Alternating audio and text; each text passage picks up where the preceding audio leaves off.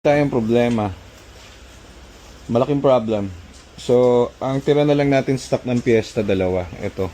Papaskan pa isa. Ikaw na mag-scan ng isa. Ngayon, problem. Ito, tinatago namin to para doon sa mga Fiesta binibenta, di ba? Ngayon, ayan na nga. Ang problema, may pumunta ritong client from all the way from Tuguegarao City. Ang layo nun. Kagabi pa raw sila pumunta. Ngayon, isa pang problem, magkano quote mo doon dati sa kay sir? 55 lang na. 55k. Dati kasi guys, ang ABS, 12,000 lang talaga yan since dati. Ang problema, kaya tumaas ang ABS kasi supply and demand. Nagkaroon kasi ng baha, naalala nyo, di ba dalawang sunod na baha ang nandun. So nung nagkaroon ng baha, tumaas kasi ang daming umorder ng ABS, mga nalubog yung mga sasakyan nila. Kaya ngayon, ang ABS nagmahal. Ang problema sila sir, tiga-Tuguegarao pa, ang hirap naman tanggihan.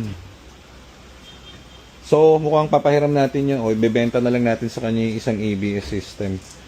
Kasi baka mamaya pagka tinanggihan ko siya, baka bigla akong imuay tayo nito ni sir eh. Kasi parang siya 12 oras siya bumiyahe.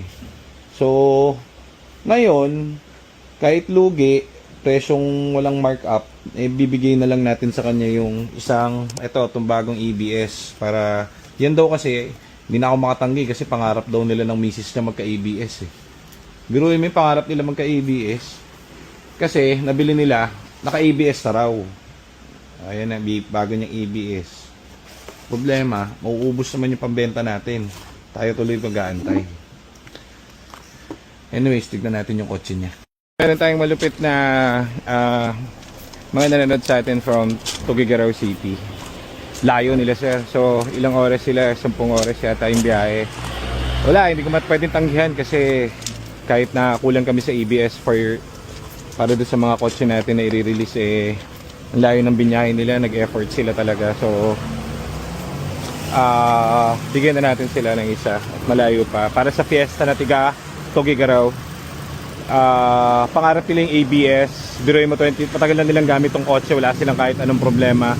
Wala lang, gusto lang nila magkaroon ng ABS, which is good dahil yun ang proper, kailangan lahat gumagana.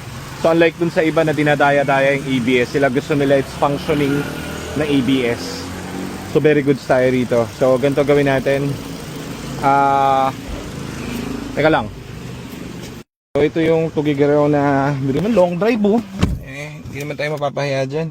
Gagawa na natin paraan. So naka-ABS yung sa kanya. Kahit i-handbrake ko nandyan. So tawag dito, ano natin sila, bibigyan natin sila. Para sa amin kasi yun yung mga ABS dito guys, pambenta namin.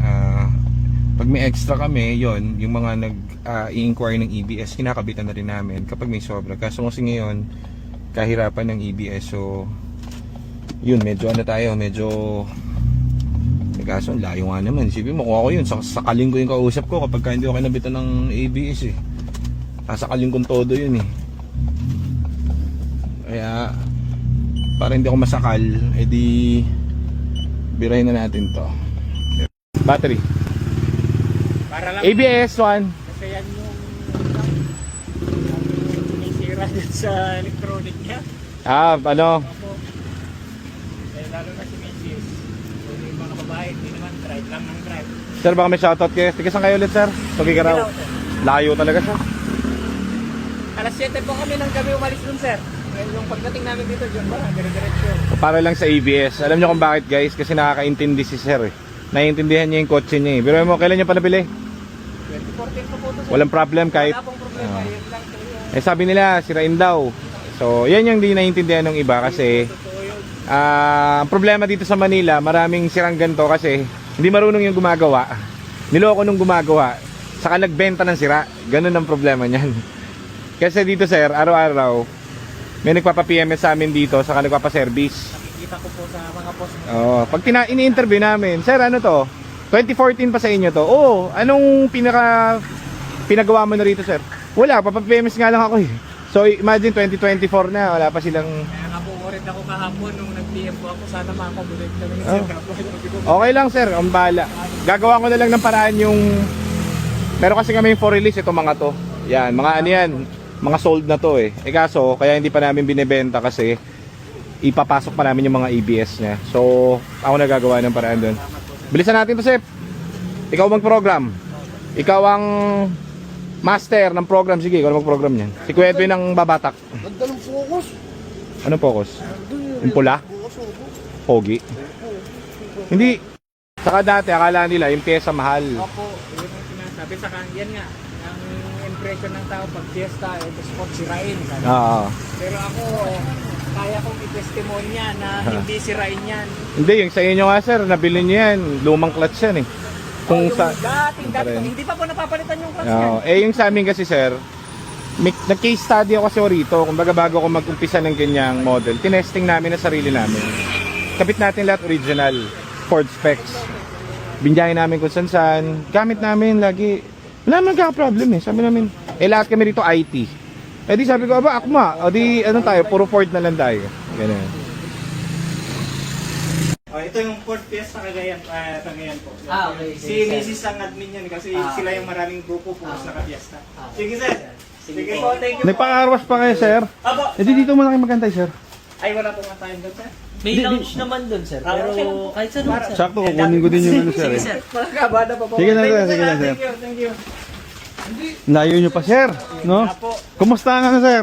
Legit naman. Ay, naku po. Legit na legit sir. 100% yung grupo niya pupunta po lang. Grabe biyahe nyo sir, no? Nagulat ako kanina, sinabi nyo galing pa kayong ano eh. Pero pa po, 7 o'clock po.